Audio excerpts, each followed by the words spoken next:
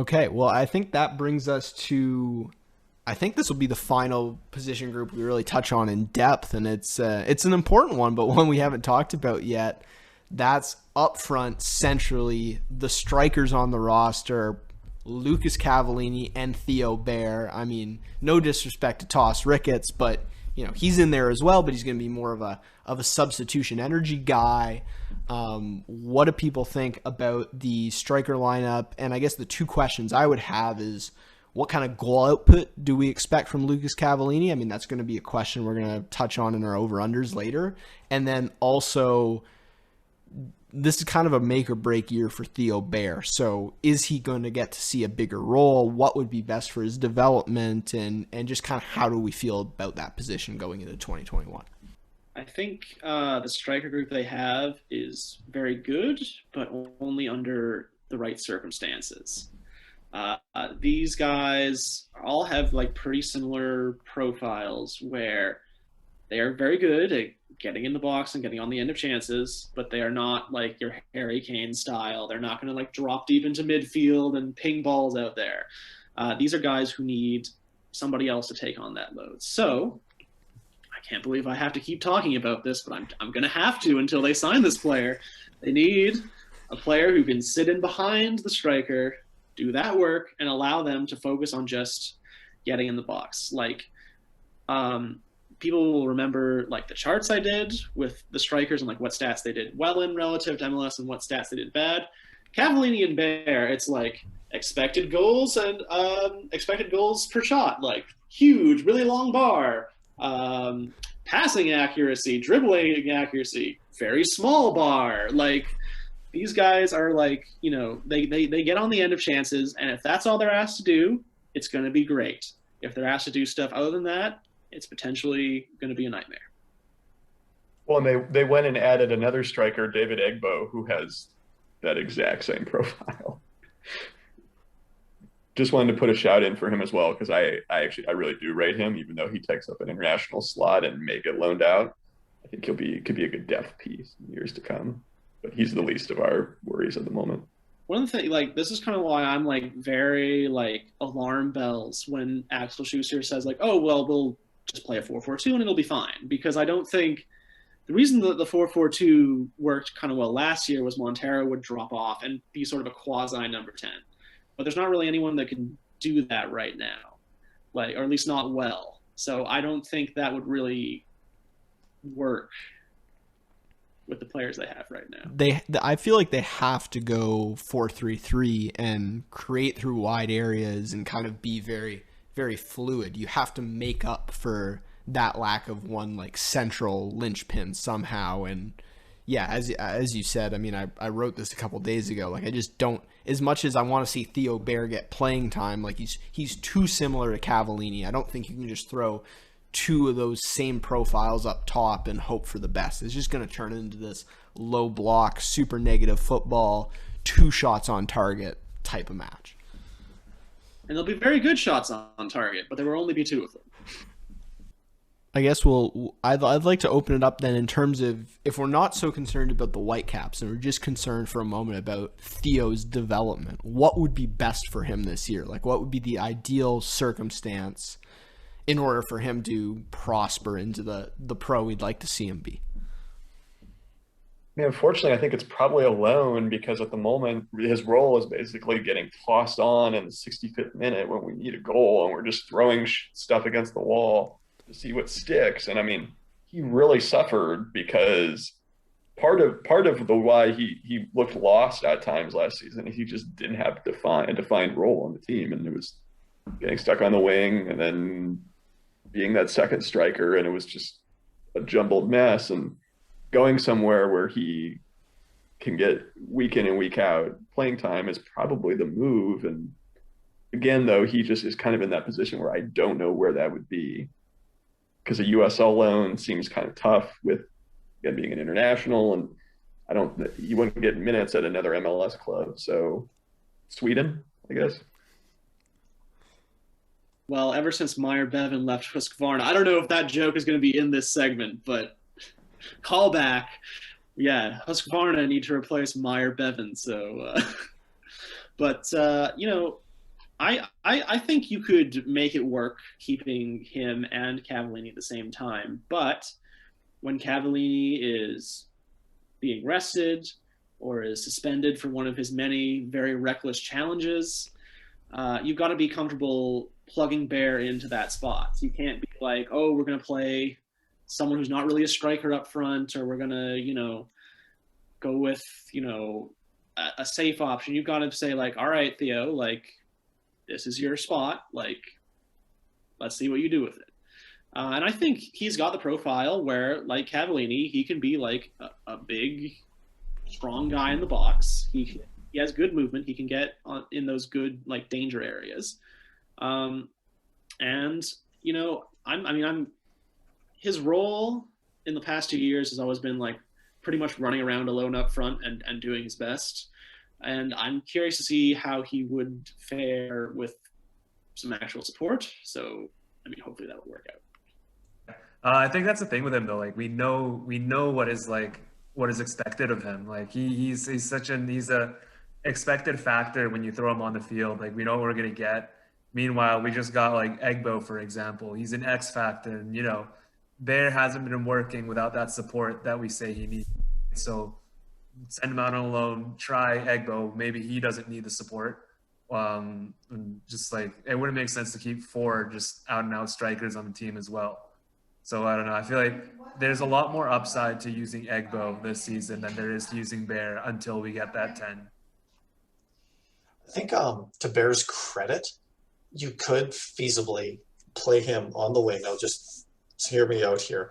It would work if it was a 4-3-3 and he started on either wing, but it would have to be something where he and whomever it was that was playing on top, probably Cavallini, would have to have it worked out along with the guy on the opposite side, where if they were rotating properly, depending on how the ball movement is, where like if one guy is running, say, to the middle from the sideline, running into space, and the pass isn't there, the striker that's sitting up top knows full well to get out of that space and basically rotate with one another to be able to like continually move into space. The problem with that scenario, though, is that Cavallini doesn't strike me as a guy who will want to go to the wing and occupy that offensive space when it comes time to attack. He is a homebody. He's going to stay up top. He wants to be the top of that diamond. So for that to work, he needs to be flexible, and I don't think that's going to happen. So ultimately, Bear can be effective if Cavallini isn't on the field, because then it's a slightly less dynamic but more versatile attack. But then again, you're losing Cavallini, who is going to be hopefully that guy who's turning expected goals into goals. So, which way can you have it, right? I'm just thinking if we're thinking about like ways Bear could work on the wing, I've always been intrigued with the idea of using him as like a wide target man. Like if the other team has a really short left fullback, just like having Adnan like just alley-oop it up to him at the back post. But I feel like every time he's on the wing, like Juventus did that pretty effectively with like Mandzukic. I'm not saying Bear's Mandzukic, but it's a strategy that has shown, it's been proven in the field.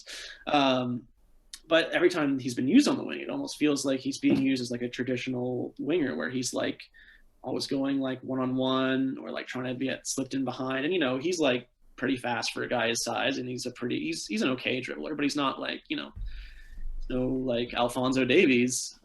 So I feel like in summation we can say the thing that will make the biggest difference for him this season is if he's being played to his strengths. Yeah, I was just going to bring up our friend Alex at Between the Sticks has kind of been I think the lone flag bearer of this try Cavallini on the wing sometimes philosophy, which is certainly a curious one. And to kind of go all the way back to the start of our striker discussion, I think the challenge is what we talked about. All of these strikers, Egbo, Bear, Ricketts, Cavallini, like they're not great passers. They're not great kind of in interplay. It's more of a give me service and I'll finish it.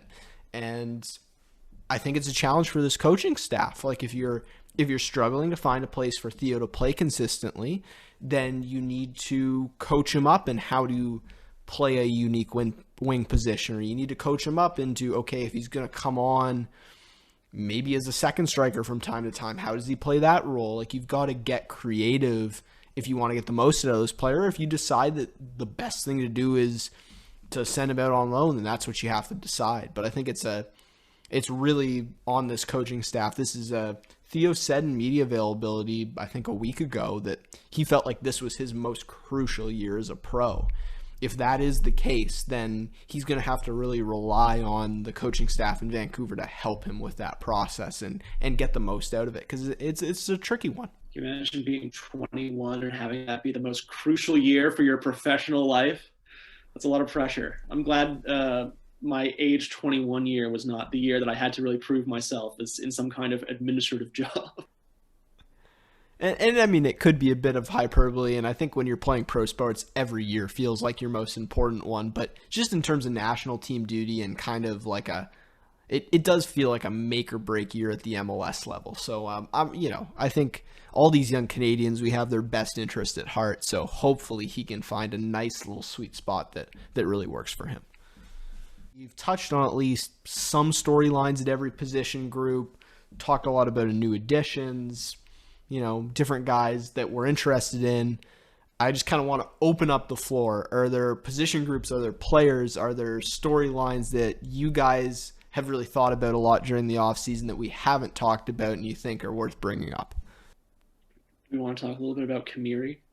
Let's do it. Jasser Khmiri discussion. Here we go. One of my favorite sons on the roster spends more time doing slow jogging around the training pitch than actually training with the team because he's constantly rehabbing something. What the heck's going on? Like, not only what is his future with the Whitecaps, but where's this guy's pro career going? Because from high expectations and high hopes, it's kind of gone into the abyss. What's next for this guy?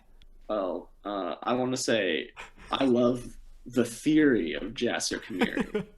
Like, big, tall, mobile center back who can pick a pass, what's not to love?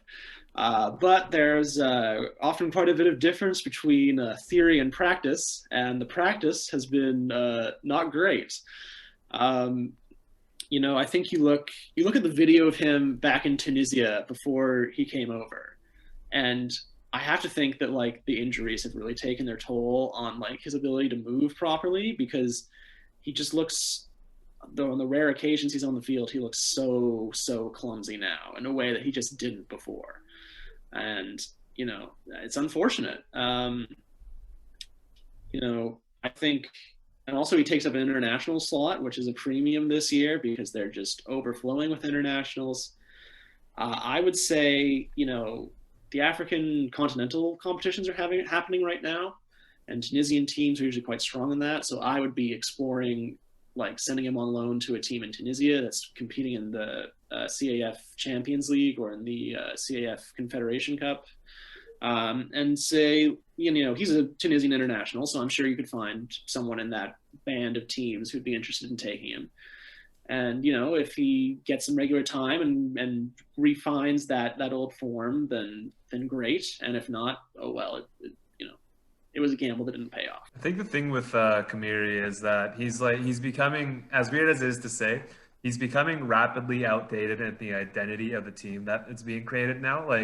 As he's from the same season that Venuto, Arise and Blondell and Ardaiz all came in, right? So it's a different identity to the Whitecaps than it was then. It was a gamble to play in that identity back in 2019, which he wasn't able to.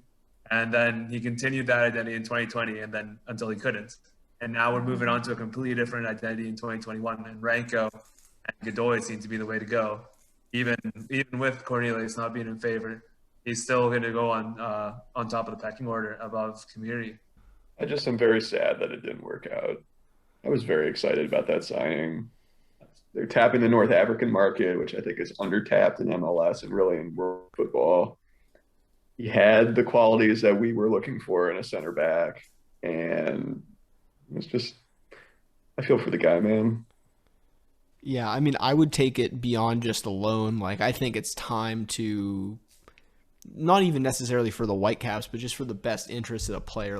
He needs a clean a clean slate, a fresh start. Just find him a new club, find a deal that works for both sides. And I really hope that he can recover from these lingering injury woes that he had and kind of move like the player we saw when he was initially brought in, because it's, I don't know, it's one of these things at this point where he's too far down the pecking order to really get back into match fitness, and he's struggling with these things that he's been struggling with since he had to have another surgery right when he came into the Whitecaps squad. Yeah, I just feel bad because it's as you said, Andrew, like it's an exciting profile. It's an undertapped market, but it's kind of, this is a bad comparison, but Jarju-esque in the fact that I hope they don't get scared of the North African market now because they feel like they kind of got burned by this one edition. Like, it's not it shouldn't necessarily be indicative of all moves of this kind. It was just an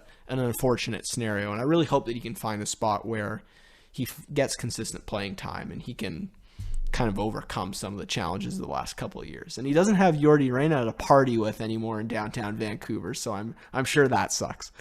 There's a small part of me that hopes he just suffers from an identity crisis, and by April, as soon as like the start of the season rolls around, he just shows up for the first game with like a Walter White shaved head, and just like, he may not play any different, but at least he's got a different attitude towards it. Just goes in there and just starts wrecking people, and then probably wreck himself as a result. But still, at least he's trying something different and doesn't have the white hair extensions in there. Yeah, the hairstyles have been one of the most fascinating things about his reign in Vancouver, his stay here. It's been quite the evolution to follow. I'm not going to criticize whatsoever. I'm kind of hoping that, like, I just want to see that stark right turn and just, if you're not going to be dynamic on the field, just blow people away with doing something that they're not going to expect.